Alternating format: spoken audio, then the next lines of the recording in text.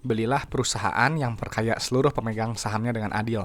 Janganlah membeli perusahaan yang hanya memperkaya pejabat atau pemilik perusahaannya yang merangkap sebagai komisaris dan direksi. Oke, ketemu lagi dengan Edwin di channel analisis laporan keuangan ya. Untuk kali ini saya mau bahas TB ya, Dana Berata Luhur. Nah, ini saham request ya. Jadi kalau teman-teman punya saham request, langsung tulis di kolom komentar ya, nanti kita bahas. Oke, kita lihat nih ya kinerjanya menarik nggak ya berdasarkan laporan keuangan 2025 Q3-nya ya. Oke, jadi kita disclaimer dulu. Jadi video ini disusun oleh saya Edwin dengan tujuan sharing analisis dari sudut pandang pribadi saya ya. Jadi si materi ini sifatnya hanya edukasi dan informasi umum, bukan rekomendasi investasi dan bukan dimaksudkan sebagai ajakan beli, jual atau hold saham yang dibahas ya TB. Nah, jadi setiap keputusan investasi sepenuhnya jadi tanggung jawab masing-masing teman-teman. Ya, jadi do your own research, silakan analisis lebih lanjut kalau memang perusahaan ini menarik. Jangan jadikan analisis ini sebagai analisis yang utama. Oke, saya memerlukan 3 kriteria gitu ya dalam menilai suatu perusahaan gitu ya sebelum saya beli gitu ya. Yang pertama itu kriterianya adalah perusahaan itu harus membagikan dividen. Ya, ini wajib gitu. Kenapa? Karena perusahaan yang membagikan dividen adalah perusahaan yang memang sudah terbukti profit dari bisnisnya ya. Keuntungannya nyata, nggak cuma untung di atas kertas aja. Jadi perusahaan itu menyisihkan keuntungannya dan dibagikan kepada kita pemegang sahamnya ya, bisa kita nikmati. Nah, makanya kalau misalnya dia bagi dividen, perusahaan bagi dividen itu memperkaya pemegang sahamnya. Nah, kalau dia nggak bagi dividen, berarti perusahaan tersebut biasanya hanya memperkaya pejabat atau owner perusahaannya yang merangkap sebagai komisaris dan direksi. Lewat apa? Lewat gajinya gitu ya. Jadi top manajemen, komisaris dan direksi gajinya ratusan juta setiap bulannya ya. Dan itu tiap bulannya berarti pasti masuk kantong ya. Jadi kalau mereka mengelola asal-asalan, profesional, harga sahamnya turun terus, ya mereka udah nyaman gitu, nggak peduli juga karena udah pasti enak gitu ya. Gaji pasti masuk tiap kantong, tiap bulan pasti masuk kantongnya ratusan juta gitu. Sedangkan kita hanya dapat sedikit ya, cuma dari dividen sekali gitu ya kalau bagi dividen, atau juga dari capital gain kalau misalnya naik harga sahamnya. Nah, jadi memang kita di awal memang harus hati-hati dalam memilih perusahaan. Nah, pastinya perusahaan yang bagi dividen itu biasanya punya kondisi bisnis yang sehat ya. Jadi kalau kondisi bisnisnya lagi nggak sehat, rugi terus, arus kasnya susah, apalagi utangnya terlalu besar, ya dia nggak akan bisa bagi dividen ya, karena perusahaan pasti lebih utamakan survival dulu. Makanya kalau teman-teman udah tahu nih ada perusahaan bagi dividen rutin, punya kondisi bisnis yang sehat, tinggal masalah harga aja gitu ya. Pastiin teman-teman itu belinya jangan di pucuk ya, jangan di harga yang super premium yang terlalu mahal. Karena ini takutnya rawan koreksi, floating loss, terus nggak mau cut loss, ya akhirnya nunggu dijemput nggak tahu kapan ya. Kasihan portonya jadi nggak enak dilihat gitu. Makanya teman-teman sebelum berinvestasi ya harus gunakan akal sehat Anda ya. Jadi jangan FOMO. Yang utama sih jangan FOMO ya. Hati-hati terhadap berita, isu, rekomendasi, hati-hati terhadap pendapat analis, dan juga ya itu. Pokoknya jangan percaya sama siapapun ya, jangan percaya sama saya. Jadi teman-teman harus analisis sendiri, harus punya alasan yang jelas kenapa beli suatu saham ya.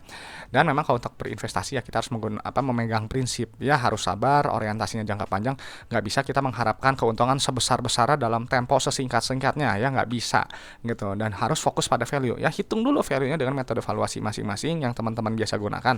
Kita misalnya enterprise value, DDM, DCF, terserah lah ya gitu. Hitung dulu value-nya, baru nanti tentukan entry price-nya. Nah, kenapa ini harus paham gitu ya prinsip ini? Karena harga saham itu nanti pada akhirnya akan mencerminkan kinerja perusahaan dalam jangka panjang ya, nggak jangka pendek. Kalau jangka pendek nggak ada hubungan antara harga dengan nggak ada hubungan antara harga dengan kinerja ya kalau jangka pendek. Jadi perusahaan yang buruk harganya pun digoreng berkali-kali lipat ya, udah pasti teman-teman sering melihat setiap hari gitu. Tapi kembali ya, perusahaan yang buruk nanti harga saham yang digoreng itu nanti juga akan turun lagi ya, jatuh kembali, dan akhirnya banyak meninggalkan investor yang nyangkut di harga atas ya, nggak bisa exit. Akhirnya mereka marah-marah di media sosial dan menyalahkan bahwa investasi saham itu nggak benar ya. Jangan sampai kita jadi salah satunya. Nah, jadi memang untuk si TB ini nanti kita analisis ya laporan keuangannya dari sudut pandang saya ya. Jadi ini hanya sebagian kecil dari fundamental dan hanya menilai kinerja masa lalu ya. Jadi hanya sampai 2025 Q3 gitu. Jadi kalau sekarang yang berjalan Q4, ke depannya gimana, tahun-tahun ke depannya ya silakan ya proyeksikan sendiri apakah perusahaan ini cerah atau enggak gitu ya. Subjektif gitu. Dan sekali lagi kita hanya fokusnya di laporan keuangannya ya, bukan pada harga sahamnya. Nah, ini penting ya kalau buat saya buat baca laporan keuangan itu, karena laporan keuangan itu akan bercerita tentang kondisi perusahaannya. Dan nanti si TB ini data-datanya nanti akan dipindahkan ke Excel seperti ini, dan teman-teman itu bisa download ya Excelnya, linknya ada di deskripsi video, passwordnya ALK Edwin ya. Ntar sebelum analisis saya mau minum dulu sebentar.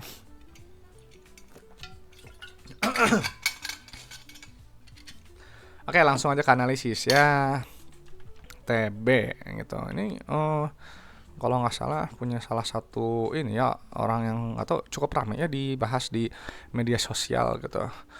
Oke ya ini ribuan 2025 kita udah benar ya. Yang dicek pertama adalah riwayat pembagian dividen ya. Nah ini kita lihat ya dari 3 tahun ke belakang perusahaan ini bagi dividennya rutin ya. Di tahun buku 2022 dia 2 kali setahun. Di tahun 2023 dia 3 kali setahun. Di tahun 2024 ini dia udah bagi 3 kali interimnya ya. Jadi tahun depan nih pasti bagi dividen lagi. Berarti setahun bagi dividen 4 kali. Ini ada perusahaan yang sangat baik gitu ya, keuntungan bisnisnya nyata ya, bisa dinikmati oleh pemegang sahamnya. Ini baru perusahaan yang bagus gitu ya. Nah, jadi kalau perusahaan yang baik seperti ini ya, track record dividennya jelas, ya ini layak untuk kita lihat lebih lanjut. Nah, ini kita cek dulu yang pertama itu Kastara Kas ya, yang ini nilainya.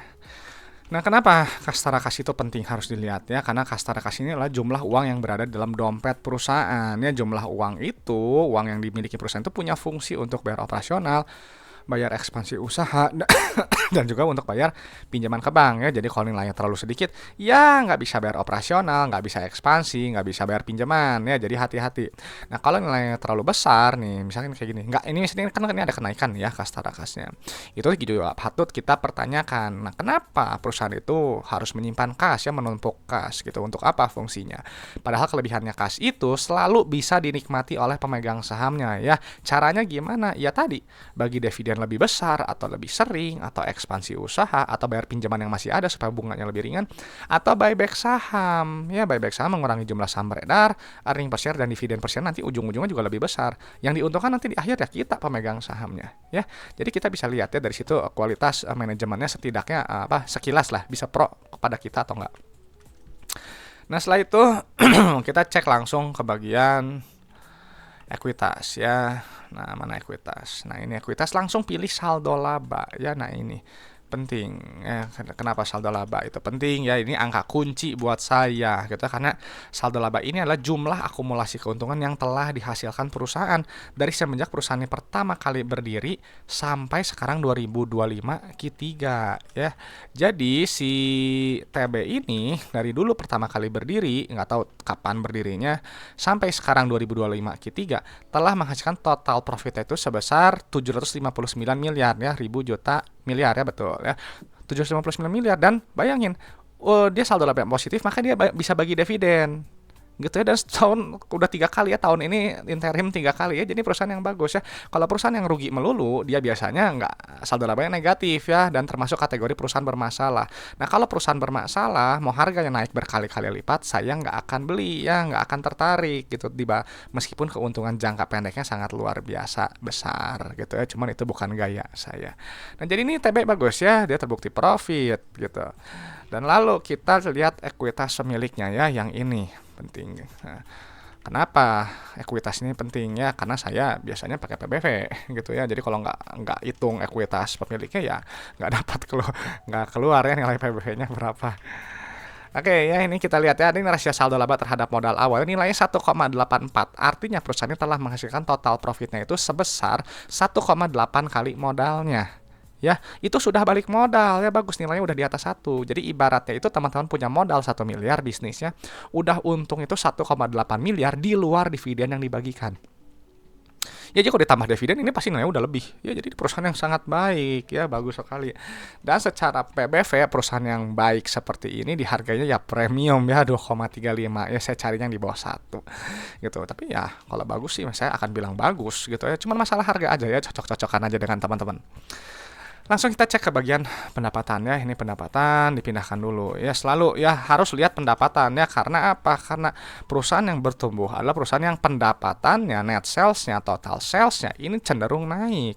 Artinya barang atau jasa yang dijual perusahaan, yang ditawarkan perusahaan itu bermanfaat, disukai customer ya, dibeli terus oleh customer gitu. Jadi kalau misalnya kayak sekarang nih ada penurunan gitu ya, ini nggak tahu penurunannya kenapa gitu ya, ada mungkin harga ya, saya nggak tahu ini si bisnisnya ini apa ya, si TB gitu, saya belum ngecek gitu ya. Cuman yang kalau saya kan memang teman-teman pasti udah tahu ya, pernah ada yang nanya, kalau saya tuh teknikal sekali pada laporan keuangan ya. Jadi saya jarang cari alasan ya untuk kenapa pendapatan turun. Jadi simpelnya gini aja, kalau pendapatan turun berarti barang atau jasanya ini ya katakanlah sudah mulai kutip ya kurang mungkin kurang disukai oleh customer atau customer ada inilah alternatif gitu, jadi beli dari perusahaan lain gitu dengan produk yang sama, itu kurang lebih kayak gitu ya.